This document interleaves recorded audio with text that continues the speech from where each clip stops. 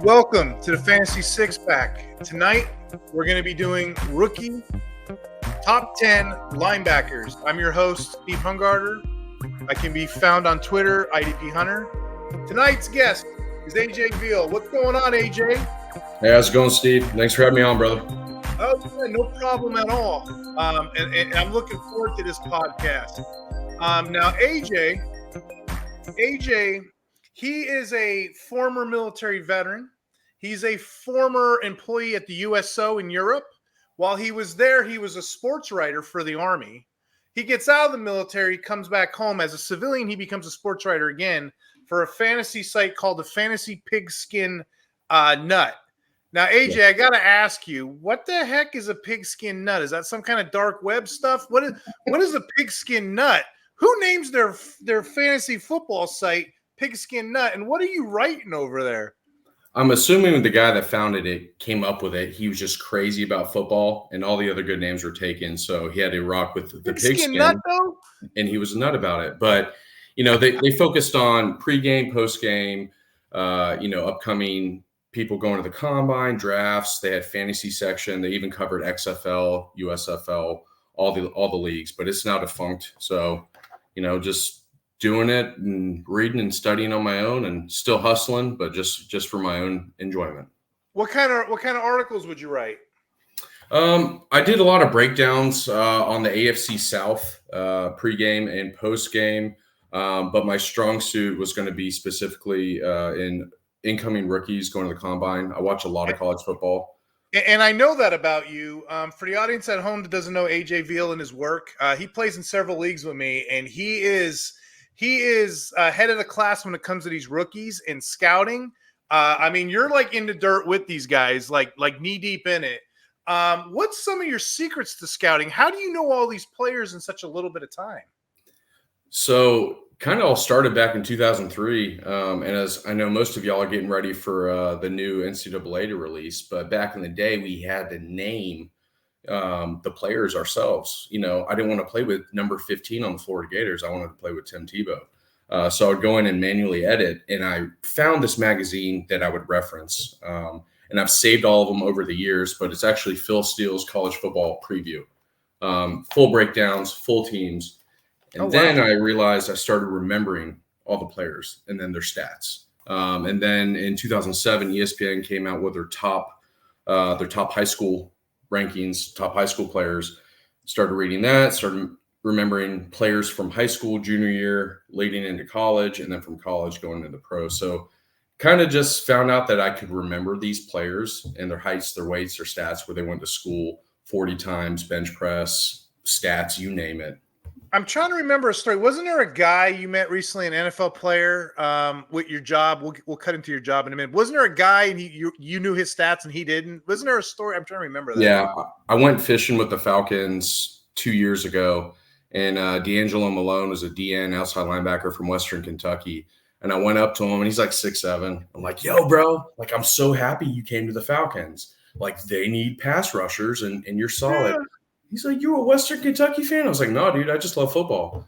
He's like, I wonder these young kids when they see us, like we know their stats, we know their height and weight probably better than their mom does. You know what I mean? So it's probably they get a kick out of this too, I'm sure. You know what I mean? Tyler Algier asked me. Was the tight end quarterback. You met him too, didn't you? Yeah, I ate with I ate dinner with John Fitzpatrick right after he won a natty with Georgia, the tight end, and then Tyler Algier, the backup running back for the Falcons. And I was like, yo, bro, how you like coming to the South? And he's like, it's a different world, And I was like, dude, you're a baller. I'm so happy you're here. They really need the help. And he's like, are you Mormon? Are you from Utah? I was like, no, dude, I just love football.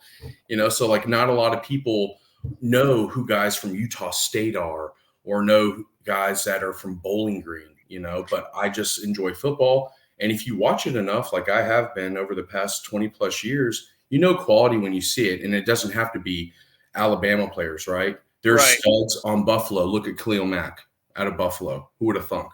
So AJ, for my audience at home that doesn't know you, that doesn't know your USO background, your sports writing background, your college scouting background, How do you get to meet all these players? Tell them about what kind of work you do. More importantly, tell them about the most interesting fantasy league that you run.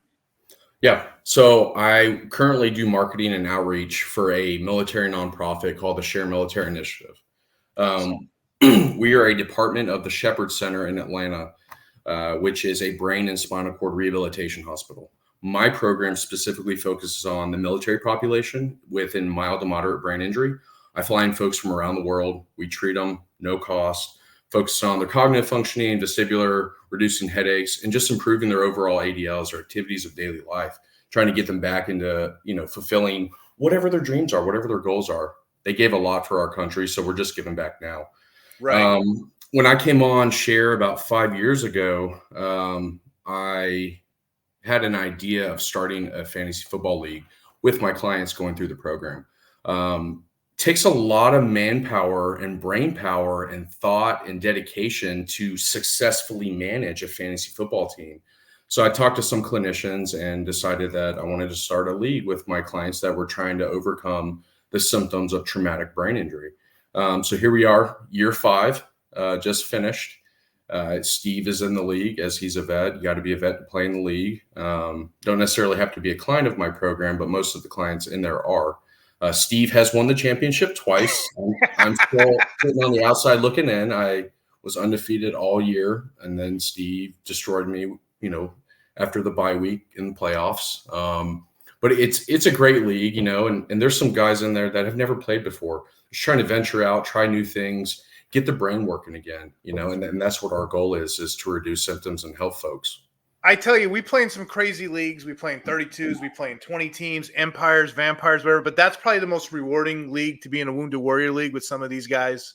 Mm-hmm. They're probably some of the most competitive players I've ever met. And for this episode, I wanted to honor you with that, AJ. So thank you for coming on with me. I wanted to kind of highlight that and to show my audience at home, to show them that there's more than different one asset out there. There's different spotlights. There's different waves of people. We all play fantasy. We all come together because we love it. So I just wanted to honor you and honor your program in that moment. Cool. Thanks, bro.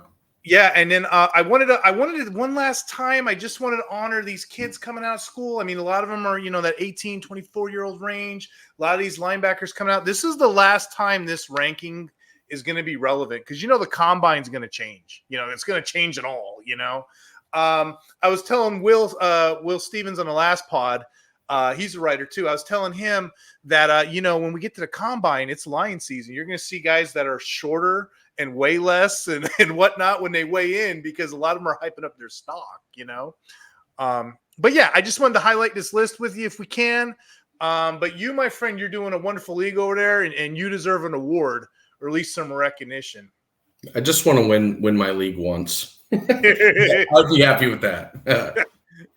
Hey, speaking of awards, this network, and I'm not sure if you're familiar with it, the Fantasy Six Pack, they got award-winning rankings. Everyone over here has pulled a trophy of some sort from the ECR Fantasy Pros. I was looking at it earlier. I was looking at it a couple hours ago, actually.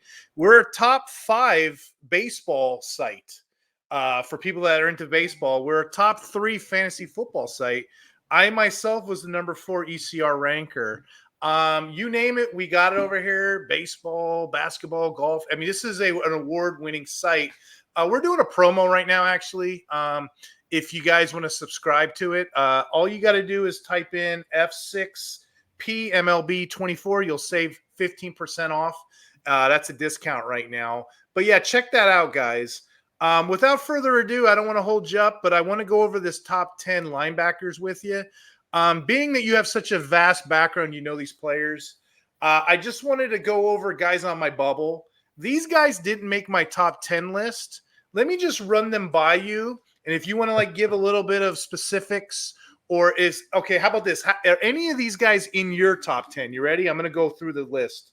Okay. I got a Tyrese Knight. He didn't make it. Aaron Casey, JD Burchard, Nathaniel Watson, Ben Bywater, who's probably going to be fun at the combine to watch, John Tro, Hunter, and Curtis Jacobs. Curtis Jacobs is a former 5-star recruit at Penn State. People aren't talking about him, but I mean, when I see 5 stars, I just want to put him on my list. Between those players, is there anybody on there that you want to highlight you think maybe deserve to be in the top 10 because they missed it on my list?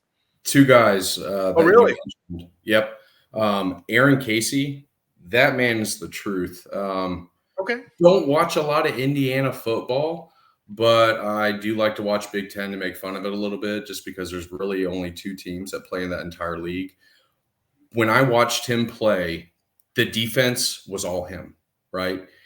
Everything went through him. It seemed like he was involved in every play, whether it was a deep ball, whether it was running up the middle on a toss, on a sweep, on a drag, on an out. He was always around the ball. And if you look at his stats over the course of 5 seasons, he improved every single year. So I see this guy as probably wore the green dot in college, at least by his junior or senior year. And I see this continuing on. He's got some good size, and he's a Georgia boy too. So, I'm really big on him, and I really do hope he goes to a team that's going to use him proper and that has a good fit. Yeah, and that's a good point. When I look at this IDP draft class, I'm not as impressed. I think it's a weaker class. This is probably the weakest one that I've seen since 2021, since I've observed.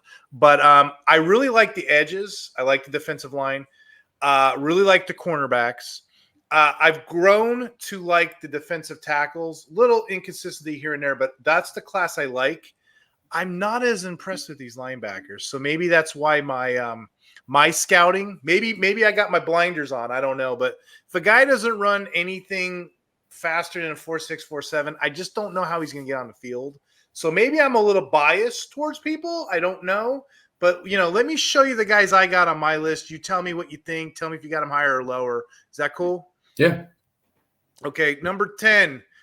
Good luck pronouncing that name. I'm not even going to try. Was it Marist? Liufau out of Notre Dame? What do you know about this guy? So watched a little bit of Notre Dame ball this year. To be honest, I was more zoned in on their secondary. They had an amazing DB, won a lot of awards. I believe his name's Xavier Watts, right? I feel like this guy disappears. I checked his stats out. He's there. He's around. When you have a solid D-line, a linebacker should be able to put up some quality stats. Notre Dame doesn't play a really tough schedule either, so he should have been able to eat. I know a lot of people are high on him. I'm really not. He's usually in people's top 10s on the bubble, and I'm like, I can't figure it out, but I'm moving people around myself. But I think his ceiling is AJ Klein. Okay. I really think that's the type of player he is. I think he can come in on first or second down in the third quarter, make a couple tackles a game. I think that's the kind of guy he's going to be. I don't think he's going to be a game breaker. I don't think he's going to wreak havoc. I think he's going to just be, you pay for what you get, right? One thing I try not to do is these guys, they're younger. A lot of them are old. They're in their 20s. I try not to insult somebody or critique them too hard because they have a whole NFL career ahead of them. You know what I mean? But for me personally, I really don't like a lot of guys on this list. Their games. I'm going to say the top 5. After that, I'm kind of fading this position a little bit. So like I said, I can use your help on a couple of these guys, okay? Let me show you the number 9. Do you know this guy? Yep. Yeah, I watched him actually play versus Georgia, and that was a surprisingly entertaining game to watch. Tyron Hopper at number 9. Yep. Within recent history, Georgia has demolished almost everybody they played, at least 2 seasons leading up to, their loss to Alabama. But this guy was the leader of a actually very, very, very good Missouri defense. He was almost an award winner, and we'll reference the guy that beat him out later on down the list. I feel like this is also a guy that can't just be plugged into any team. I feel like he's going to need to go to a team that is going to fit what he's good at. Yeah, what AJ is referring to, he's a top 5 a Buckus Award. He was up. He's in top 5, and Buckus Awards awarded for the highest, the best linebacker in the country. So he's up there. You know what I noticed too on tape with him? He gets blocked pretty easy too. So he's gonna have to clean that up next level if he's gonna play. But But yeah, he that Georgia game you're referring to, I think he had like 10 tackles, if I'm not mistaken.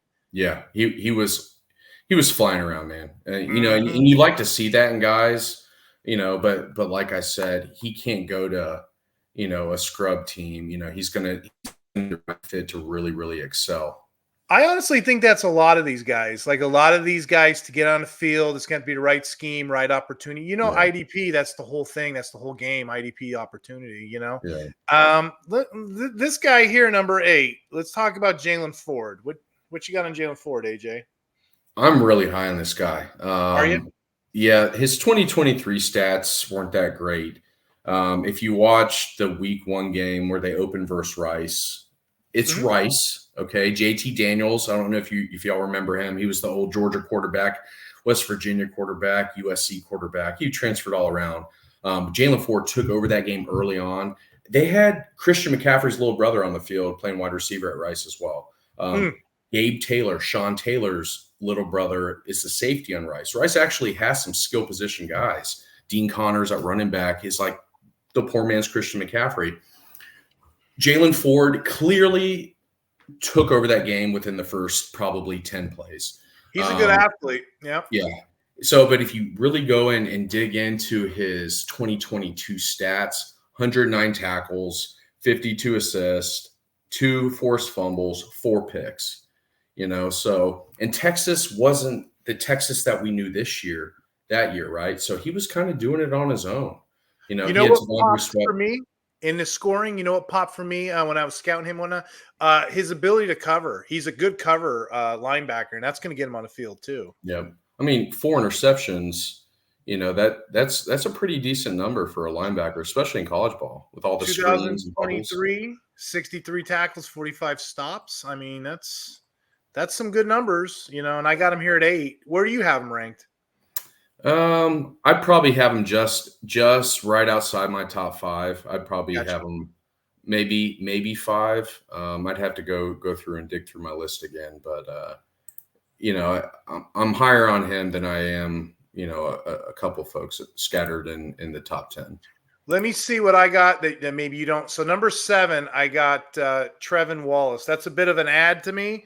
I kind of added him previously when I wrote the article. I didn't really have any Trevin Wallace. Trevin Wallace, to me, I think him and Ben Bywater, as I alluded to earlier, I think they're going to be guys at the combine that are going to make some waves. I've been looking at him. I just couldn't really compare. I couldn't figure out whose game that he compares to me in real life, but he's a great blitzer, man. He's a great blitzer. He gets off the blocks. He's a really good guesser, and he has the ability to cover. So I think some team in a late round pick is going to be excited when they get Trevin Wallace. Like I said, originally he was on my bubble, and I brought him up, and he's climbing for me. Let me show you 6, okay? 6 is Tommy Eichenberg. What you know about Tommy Eichenberg, AJ? So, Ohio State linebacker. I feel like if this were 1972, dude would be a top 10 overall pick, right? And he'd probably go to the Steelers. But it's not 1972, it's 2024. Ceiling for him is what's his face for the Saints, Pete Warner, right? He's going to tackle. He's going to be in the box. He's going to eat up some blocks.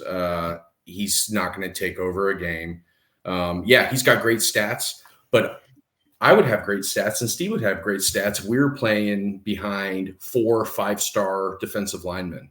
You know, Yeah. we would also eat too. Like a lot of these guys, if they played on Ohio State and the only team they had to play was Michigan all year, we'd have great stats too. So I'm not sold on him. Yeah. I really see him, you know, he's going to make a career name for himself, just with longevity. Don't think he's going to ever be, you know, the truth. He's never going to be Fred Warner. It sounds like you're not very high in him, like I was going to say. A lot of lists, people have him as a top 4. I put him down here because I'm like, okay, I can see that, but I can also see it's going to be landing spots for a lot of these guys. I will give him this. I will say this about Tommy. at least last season anyway, he had 80 tackles, 40 being solo, 40 being assist. He's a really consistent player to gauge. That's your baseline. I mean, 120 tackles in 2 years. So if you do 120 and 80, he had two in 2 seasons. He had 200 tackles. I got to put him up here somewhere. So I think just to play it safe, I have him at 6. Where do you have Tommy at? Yeah, I would probably just looking off your list right now, I'd flip Ford and Tommy. That's So fair. I'd move Tommy. And I didn't even watch a lot of film on Wallace yet. I did watch the Gator game, and I turned that off after Ray Davis ran for 200 plus. So that was really the only Kentucky game I got to kind of hone in on for a couple quarters. But like, I don't know if it's just me or if it's other folks out there. When you see a guy like, I want that dude on my NFL team. You just know, like, that dude's gonna be the truth. It could be a 6th round draft pick, but he has something special because you've watched him for 4 or 5 years.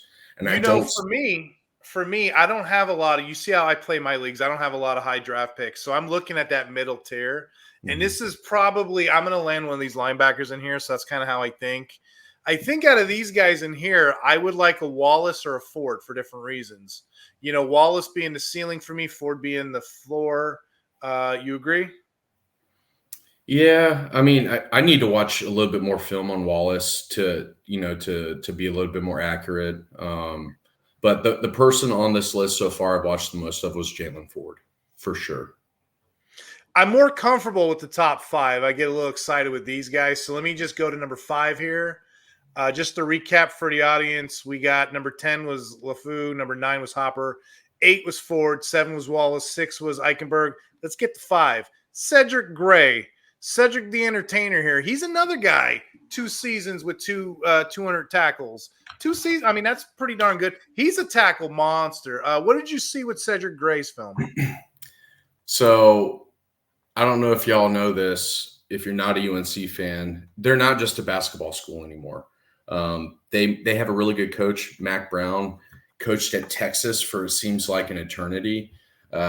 Dude came in, I'm looking at his stats right now. 2022, 2023 had a combined total of 265 tackles. So he's going to get you those tackles. I see a guy like this going to a very linebacker needy team. I'd love to see him line up in the black and gray and be a Raider, and also pair up with Antonio Pierce, which I think they have a little bit of similarities in their play style too. So I could definitely see that. He had 5 sacks this year as well. He only had 3.5 the 3 years prior. He also forces quite a few fumbles. He's got 6 forced fumbles and also 5 interceptions. He's 6'3", 235, and he's actually really good against the pass. You look at his physique, and you're like, oh, okay, he's a run stop. No, man, he's a tackling machine, but he covers very well for a team. You mentioned the tackles, 8.5 sacks. He's probably, arguably, he's probably one of the better tacklers in this class. We have a couple guys up here I want to get to, but he's one of your better profiled players. I think he's a little slower than I personally want on my team. I think he's clocked at 4.73 speed, but you just said he's probably likely going to be a day 2 prospect for one of these teams. Yeah. People are going to look at him just being coached by a guy that has produced so much NFL talent. And there's been quite a few quality UNC players getting drafted over the past few years since Mac arrived. So I really think kind of having that pedigree, not being just a basketball school or not being known for just Julius Peppers, I really think that Gray has some upside. I'm not against him, not super stoked on him, but I would not be mad if he was backing up my middle linebacker his rookie year. So number 4, we got Junior Colston, okay? Junior Colston is an interesting one to me too. Him and Gray are a similar tier to me. I was saying that Gray's really good against the pass. Colston is really good against the run. And you know what? When I say really good, I mean really damn good. He got 95 tackles with Michigan. He didn't miss, man. His miss rate was like 4.6% less than. He gets on the line and he drags people. He's going to be a really good true life IDP, big play value type of player. He's probably the best off-ball linebacker in this class in regards to tackling. Again, these guys here, I got to see the combine. I think these guys are a little slower than they need to be. That's my only concern. He's great against the run. He gets burned in the pass. You're going to hear this. It's going to be a common theme with his draft profile. I don't know how they get him on the field as a 3-down player. He may be a 2-down player, but just be advised that guy. But again, with Colston, though, you're getting that high tackle value. PFF's going to love Colston. Yeah. And I think also playing on Michigan, you can kind of look back at kind of reference what we said with Tommy, right? You're playing with 5-star guys in front of you. And we know Michigan's defense was nasty this year. They disrupted everybody they played, and he was a big part of it too. I think he was, mixed in, got overshadowed as the college football playoff progressed with all the sacks that were happening. I mean, he's only got 2.5 sacks in 3 years playing time. But I mean, he's built like a tank, 6'3", 247, and he's a Southern boy. He's from Tennessee. Whenever you see a profile like that, that's an interesting point. He's explosive. He gets down the field quickly. Whenever you hear those two things, explosive, gets down the field quickly, you got an image in your head. You're thinking like a Lawrence Taylor. But what you're not seeing is all those guys at Michigan getting the blocks for him, taking the double teams. That nose tackle they had, probably getting triple teamed. You're not seeing that. He won't get that in the pros. It's going to be yes or no. Can this guy play and can this guy cover? That's my only concern. And again, I just gave you the pros and the cons for my 5 and 4. These guys are highly ranked for me. I'm not a big fan of this class, and that's going to be a mistake in IDP because the drafts we're going to be in, guys are going to be taking these guys super, super early where you can cash in on possibly cornerback, possibly edge position. Yeah. But all these guys here, full disclosure, they all got spots. They all got a little bit of warts. But come the combine, we're going to see how this all jumbles and how this all plays out. Yeah. Yeah, right now the pack is almost even. We're at the finish line. Everybody's neck and neck. There's nobody that I'm drooling over in this class. In the combine, we're going to see some reaches in real life, right? Somebody is going to run a 4.1 at 290 pounds. Al Davis Jr. is going to drool and be like, I need this guy. He runs a 4.1. He's a punter every year, man. He's a 4.1 guy. I've got a horrible haircut. I need this 4.1 speed on my team as a player. I would wait till after the combine, do your own research. These guys are going to weed themselves out, with their stats and whatnot. But look at their historical progress, right? Look at their high school tape. Are they coming off injuries? Do they have a history of injuries? Maybe they played for multiple teams. Why have they played for multiple teams? Oh, your Vontae's perfect. You're just a horrible, horrible human being. You ruined Antonio Brown. There's a reason he wasn't drafted. However, the smart people can wait and they can scoop him up in fantasy way later on. And he produced like a first rounder, which he should have been, but he had off the field and on the field issues. That's a good point too. This is the time to kick the tire if these are your guys. I'm going to tell you this third guy is definitely my guy. I had him number 1 for a good portion of the offseason. I really did. But then I kind of seen the reality of it. I'm like, wait a second. Is this going to translate to the NFL? I don't know. Let me give you my number 3, okay? My number 3 is Payton Wilson. I'll even give you a little bit of rationale, AJ, okay? The rationale with Payton Wilson, okay? He's going to be some team's green dot. I can see that coming. He's going to be a 3-down tackle machine monster. He does all the things that I've been bagging on the other guys that can't do. He can cover. He can tackle. He can sack. He can make the play. He can read the defense. I mean, what more do you want out of your linebacker spot? Payton Wilson is somebody that I'm highly intrigued with. Now, a lot of people bag him. A lot of people bag him for medical. His shoulder, I think it was his knee, but it was definitely his shoulder. He's had issues with injuries. That's all the way back in 2021. I mean, give the kid a break. You know what I mean? So it's been a while. It's been a while since Payton Wilson. But let me just give you some tidbits on him, okay? 6'4", check. 238, check. 4.5 speed, check. 4-star recruit. He had 92 tackles last year. 92. He's had over 200 in the last 2 seasons. That's the theme in this class. A lot of good guys that are tackling are top of my list. He played 716 snaps. What does that tell me? He's healthy. 67 of those snaps were stops and only 6 missed tackles. I say it again. Only 6 missed tackles. He's a threat to blitz. He's a threat to run. Oh, by the way, 22 pressures on 8 quarterback hits. He's a threat to blitz. He's a threat to stop the run. And he's a threat in pass coverage. He's going to be a team's green dot. I'm excited for him because a lot of people, a lot of ranks have him lower, and I'm going to try to scoop him up. But now that I'm saying all this, you're probably going to take him from me, aren't you? You're going to go in my draft and take him, aren't you? You know what? I'm looking at his picture right now pulled up. You know what he reminds me of? Just an angry MMA fighter.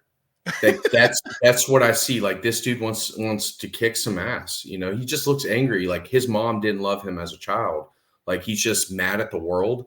And he wants to hurt people. I do like him. Yeah, injury concern, right? I'm not saying this dude needs to be a first rounder, and he's not my number 1 linebacker either. But I think with being an award winner, I think with kind of being by himself on the NC State team that wasn't great, wasn't super bad, just right in the middle of the pack, he clearly improved their defense single-handedly. So I'd love to see this guy wear the green dot week 1. I really feel like a team that could use somebody like him would be the Panthers. You know, he has the potential, I think, ceiling-wise, to be Kuechly. Whether he stays healthy enough, maybe needs to work out a little bit more, get more athletic. But, I mean, the sky's the limit for this dude if he stays healthy. Yeah, and my number 2 – well, I'm going to let you carry this one home because I know you're familiar with his name. I've heard you mention it before. Number 2, Edgerrin Cooper. Well, tell me about Edgerrin Cooper, AJ. Yeah. Pretty sure this guy was named after a former running back with a very unique name like that. But, you know, a lot of folks are really high on him, right? Look at it. Look at his height and weight, 6'3", 230. You know, looking at his stats, 2020, 2 tackles. Then started coming around, right? Then Jimbo starts throwing some money under the table, right? 2021, they start getting better recruiting class. 2022, even better recruiting class. I think they were number 1, number 2, back to back to back, right? And they literally had an entire defensive line of the number 1 and number 2 defensive end at a high school, number 1 and 2 defensive tackle out of high school. And this guy played behind him. So he really, really only majorly produced on a high level this year. I think folks are more sold on his athleticism and ability to go from sideline to sideline than to truly be a dude rocking your green dot. I don't see that. Maybe he can turn into that. I think Where do you have him ranked? I'd probably put him behind Wilson. Okay. And even size-wise, if we're looking at size, you know, after Combine, I could even see him dropping behind Cedric Gray.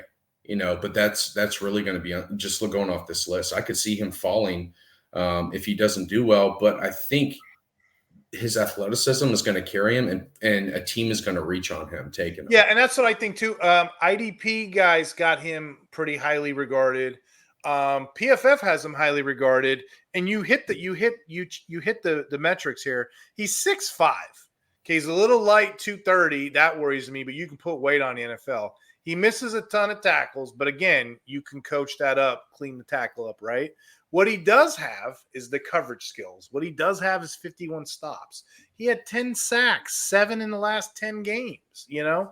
I look at him like a prospect. Like some team is going to take a wrench and try to mechanic him, try to fix him up. He's a heavy hitter. But again, with that, he needs to wrap up, and he misses a lot of tackles. So a lot of people have him higher than me. I put him at 2 to be safe, but some people have him as their number 1 on this list. I have a couple reservations, but he's probably the one that's going to pop. He's going to be the home run threat out of all these guys on this list. Yeah. My number 1 is the safe choice. It's been for quite a while here, Jeremiah Trotter Jr. You know the dad. He's got the DNA from his dad, Jeremiah Trotter. Wouldn't it be neat Wouldn't it be neat if he went to the Eagles just like his dad did? I mean, it looks like the stars are lining up that way. You never know. But is he the number one in this draft class? Is he your number one? You know, the name alone, I think, carries some recognition and might imbalance certain people's boards. I mean, look at the Arch Manning effect at Texas. Dude played for like a really small school coming out of New Orleans, and everybody was like, "Oh my gosh, he's the truth at quarterback." Well, he didn't play nobody. Bring him to Florida. Let him play with the big boys, like us Floridians, man. And bring him to Georgia and let him play. He ain't doing what he did at small, tiny New Orleans, Louisiana school. And I feel like Trotter, paired with the name recognition, also on a stellar Clemson defense that has been loaded for a while. Their offense has been horrible for 2 years. So I really think he's been his name's been put out there just because of who his dad is. He's been playing on Clemson. He's played on national television several times. He was a big time recruit coming out of Philly. That he's from up that way. No, he's from New Jersey. But I would love to see him go back and play for the Eagles, pair him up with Nakobe Dean. Like that's a solid linebacking core. He's a little small though, 6 foot 230. Yeah, and that's the bag on him. I got comparisons to Ivan Pace because Ivan Pace is small too. This new NFL though, I'm so sick of people saying that these players are small. CJ Mosley's like 225, 235. Roquan Smith's probably like 238. Fred Warner's 235. There's a lot of guys in that window. We don't have 250 type of linebackers. We're starting to morph towards that lighter load. But You're right, he is a bit shorter. I'm kind of interested to see what he heights in at the NFL level. But for college, you can't deny him. I pulled this stat and I put it in my article. He's only one of 14 FBS players over the last 20 seasons to record 4 interceptions, 10 or more sacks, and 3 forced fumbles. I mean, that's why he got his All-American selection. He can do a little bit of everything. But yeah, I think the good overrides the bad with him. He's really good at getting out of blocks too. He's really good at covering tight ends. There's a lot of stuff on film that doesn't stick out that he does well. He just has the speed and athleticism to run backs down and cover tight ends. That's going to be enough to get you on the field. That's going to play well next level. As far as, not necessarily in the run, but also in the pass. So guys like that, 3-down players, that's how I play my IDP. If I know that you're a 3-down player, I know I can get value out of you. Yeah. I just want to highlight something on Trotter real quick too. I just went to the game log, and you can watch this film. If you're kind of torn on where to look at the top couple guys right now, watch some film, but look at this game versus Notre Dame, right? Notre Dame was ranked 15th at the time, I believe. They won 31-23, 11 tackles, 7 solo, 4 assists, 2 sacks, 1 interception, 1 touchdown. All versus Notre Dame, a top-ranked team. So if he can do that versus competing other potential NFL talent, it might translate. He's got the pedigree. He's got a coaching staff that's familiar with putting kids into the league. Maybe after the combine, maybe he tests well. Maybe he locks in and solidifies, because right now we don't, like we were talking about earlier, we don't have anybody that's truly standing out yet. So maybe he can just secure the number 1. So just to recap this top 5, we have Cedric Gray, number 4, Junior Colston, number 3, Payton Willis, number 2, Edgerrin Cooper, number 1, Jeremiah Trotter. In this tier, it's Payton Wilson for me. I like him. I like Cedric Gray as a wild card. And again, if you were to push me between Trotter and Cooper right now, I see 1 in the hands better than 2 in the bush. I can see both of those guys panning out for different reasons, but that's kind of the way I have it ranked. AJ, question for you. Out of my list, is there anybody that's like way off, or anybody that you don't agree with, or how do you see this unfolding? I think your top five is pretty good. Can you actually click back to your 6 through 10 for me, please? Yeah. Mm-hmm. Remember when we were talking earlier? Yeah, I've got Tommy way lower. Okay. I cannot speak properly on Wallace yet. Mhm. I definitely would have Aaron Casey probably taken Tommy's place Fair. if it were me. Marist Liufau, I don't even know how you say his name right. That dude's undrafted free agent, happy to make practice squad, my opinion. You know, So, over here at the Fantasy Six Pack, we have award-winning rankings. Okay, we were top 5 baseball, top 3 fantasy football. I myself was a top 4 ranker for IDP. Loaded Discord. Come on over, talk to the guys, talk to the experts, if you will. All you have to do is subscribe to get all our access and benefits. We're running a promotion code right now. It's F6PMLB24. You'll save 15% on your overall subscription. AJ, just want to say thanks for coming on the show with me. Thanks for highlighting that share initiative that you do. Appreciate what you do for our veterans and our fantasy football community. I'm looking forward to playing your leagues. I'm going to do my best this year to try to win it again. We'll see what happens. And AJ, any closing thoughts, and tell the audience where they could find you. Closing thoughts. Don't get hyped on a 40 time. That's it. Don't be Al Davis Jr. Get a haircut. There you go. And then lastly, check out my article I just wrote, Combine Cheat Codes. There's a lot of interesting stuff in there, especially for linebackers. Don't get caught up in those combine times. Look at the 3 cone drills. Look at all the other stuff. There's a whole article. It breaks down each position and what has value. Okay, we're going to call it. Check out AJ Veal at Baby Cows is his handle. He's on Twitter. He's on Sleeper. He does what I do, man. He's here all week. If you have a question, he'll give you an answer, okay? We're going to head out. We'll see you on the next episode. Have a good night.